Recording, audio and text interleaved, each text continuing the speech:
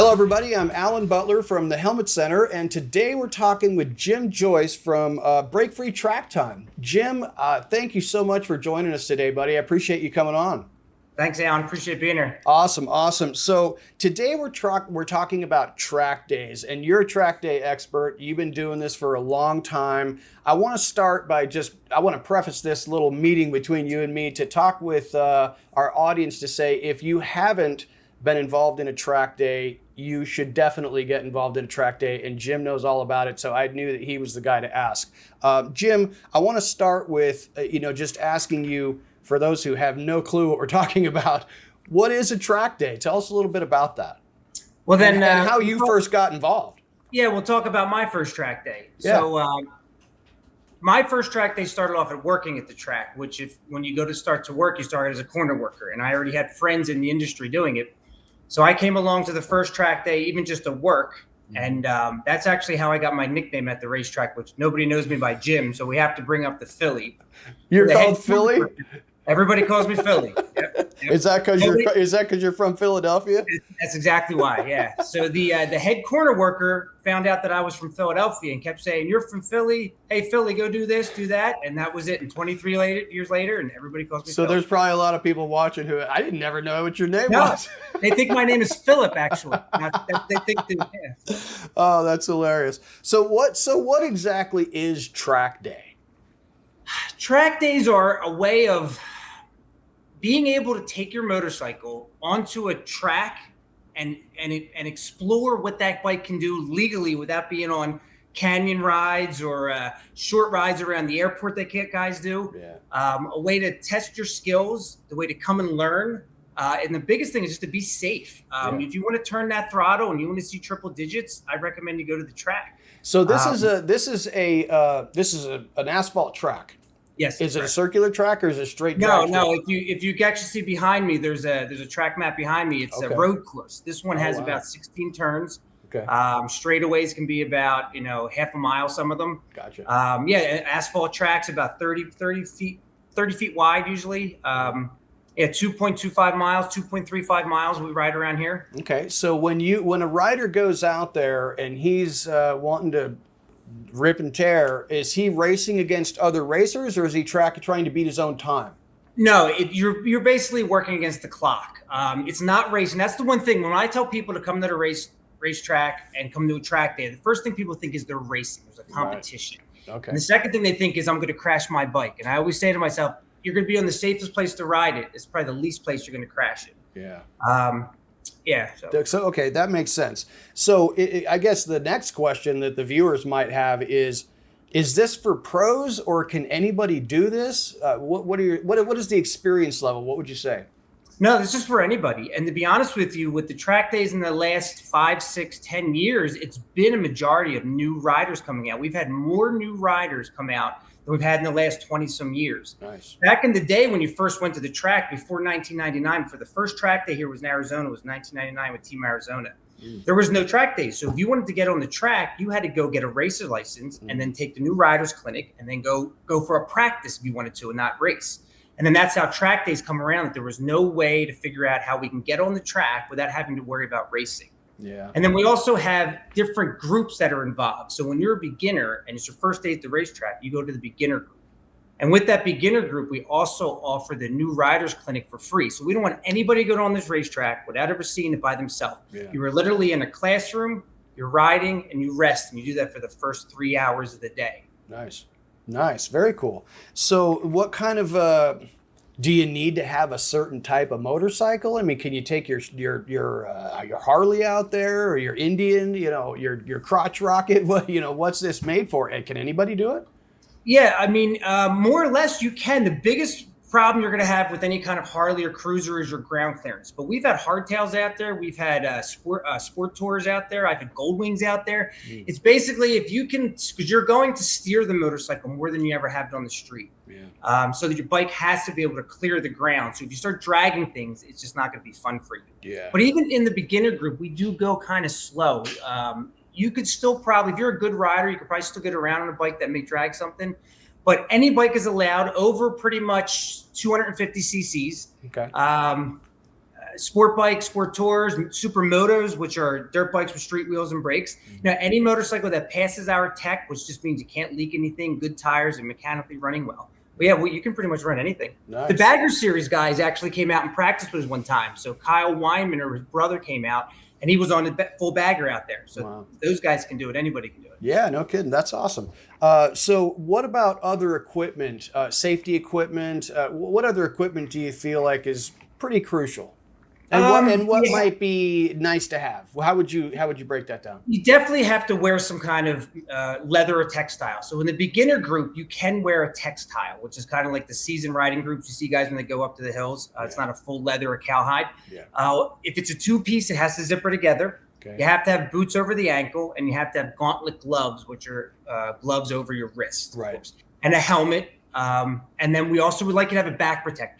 Okay. That'd be another thing. And then we do check stuff as we go every day. Every track day, we do a different check on one of our equipment. Okay. And then we do rent equipment too. So people who don't have a one-piece leather, or they have a two-piece and they don't want to wear it, for a very inexpensive price, we rent out leathers. Awesome. That's very cool to know that you can, if you just got a bike and a helmet and you need a couple of additional pieces of equipment, that's cool. That's very cool that they can get that from you.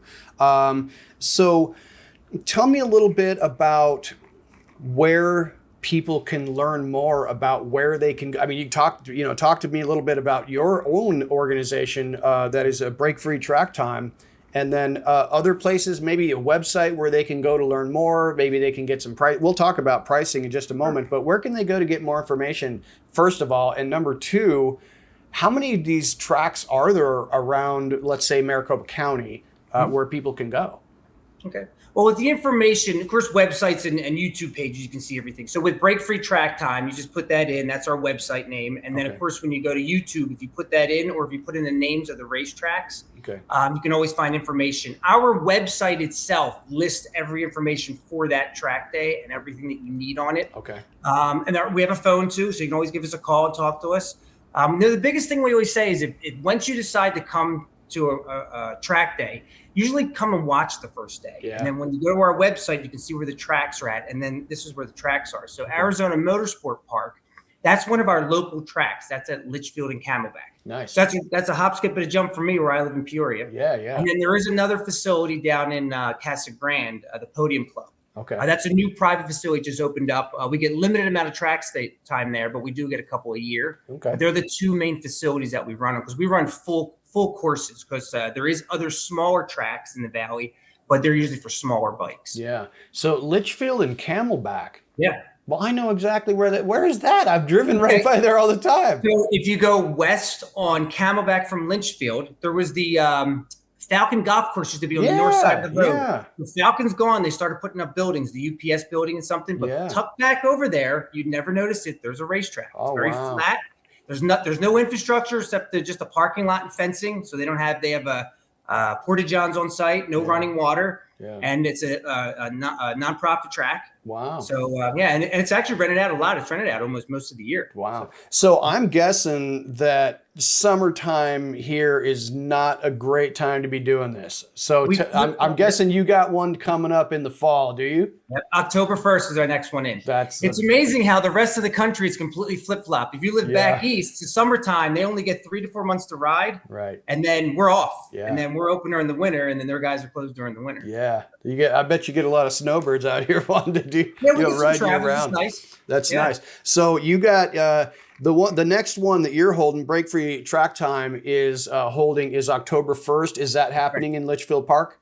Yes, that'll be at Arizona Motorsport Park. That is correct. Okay, sweet. So talk to me just a little bit about the cost. Number one, if somebody just wants to go and observe and watch, is there an entrance fee? And then secondly, if they want to ride, is there a form that they can fill out online, and how much does that cost? Yeah. So the standard fee for a track day is $149. So that's your full price for your day. That's your 6 hours of riding on the track.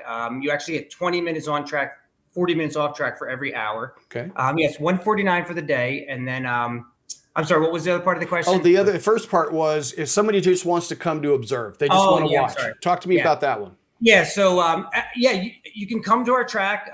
No cost involved, no Oh, gate fee or really? anything. So that's We let it free. come That's out. free to get in. There's no Yeah, entrance fee. the only time they charge a gate fee is if you're racing. I So the got you. Racing Society would charge maybe a 10 or $20 gate fee, but Okay. not for track days. So anybody Okay. can come out and watch. Arizona Motorsport Park does have a limitation on people. It's 200 people, but we never hit that usually. We have 100 riders maximum on the track. Yeah. And then when you go to the Podium Club, then it's open season. They're just an open Nice. track. So you can get 1,000 people down there if you like. Nice. So you can get into this place and just check it out for nothing. Oh yeah.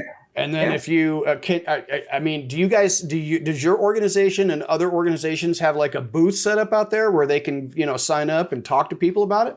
Yeah. So we have our staff out there and our facilities out there, but you would want to sign up online first. So once Gotcha. you decide, I would always recommend, like I said, I would come out to the track day to watch first, talk Gotcha. around, Yeah. just get a feel for it. It's usually nice to do that. Absolutely. But then you would sign up online. So when you sign up online, you have to do the normal waiver stuff online, and then fill out paperwork, do payment.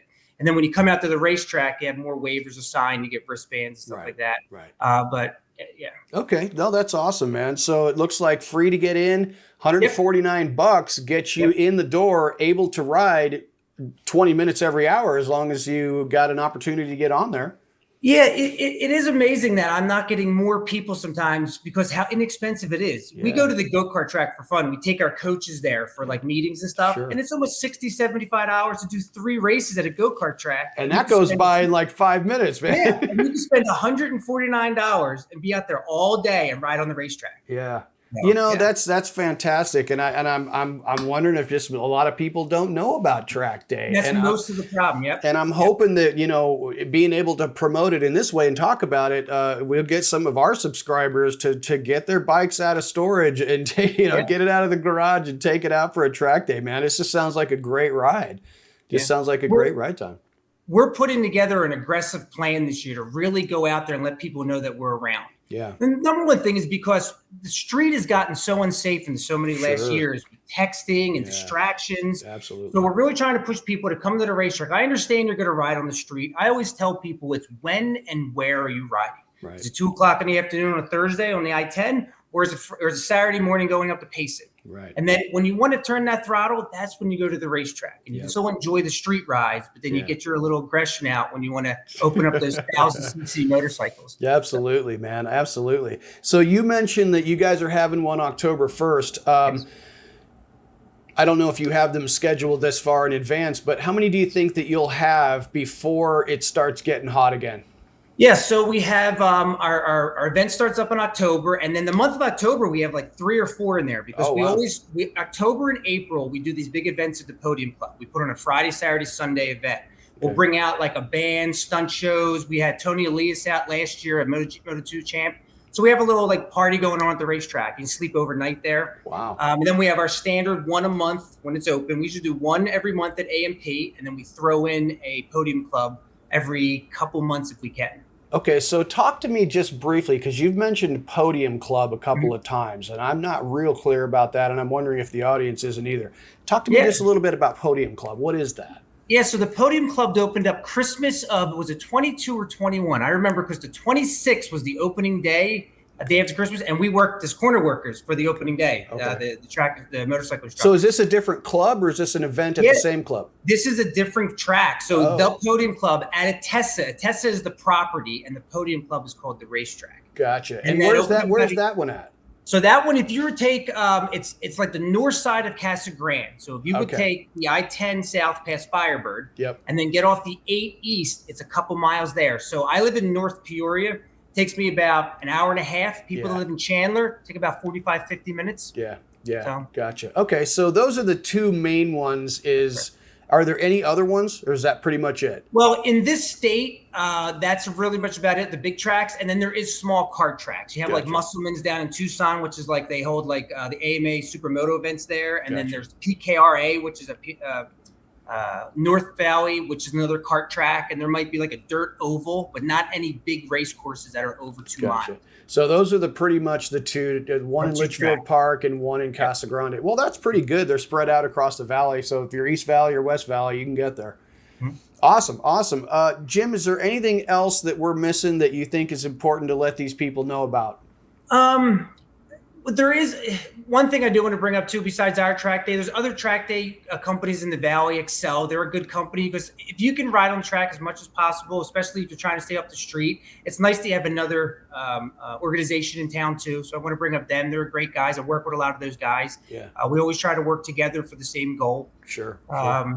And then just come on out to the track day. The number one thing is to get over your fear. When you go through our class in our new riders clinic, we call it, we always say you're going to be fighting yourself on the bike because you're not going to understand what to do. You're going to have all this pressure and fear around you for your first track day. Yeah. My first track day, when there was no new riders clinic, I was on a buddy's bike with slicks and I crashed first corner, first turn. That's what we don't want to happen. Yeah, absolutely. We always say when you come to the track, your trophy is leaving the way you came. Nice. Yep, absolutely.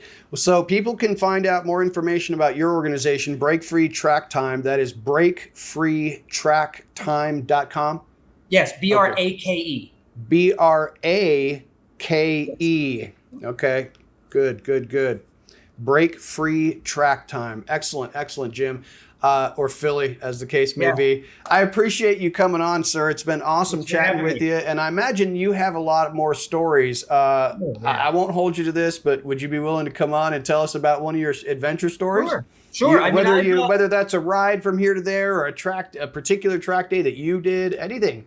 Yeah, I mean, anytime. I mean, I've been lucky enough to be able to race in the industry, was able to accomplish a lot of goals that I wanted to. A lot of my friends did some pro races. So awesome. I traveled around the country, either doing their races or doing my own races.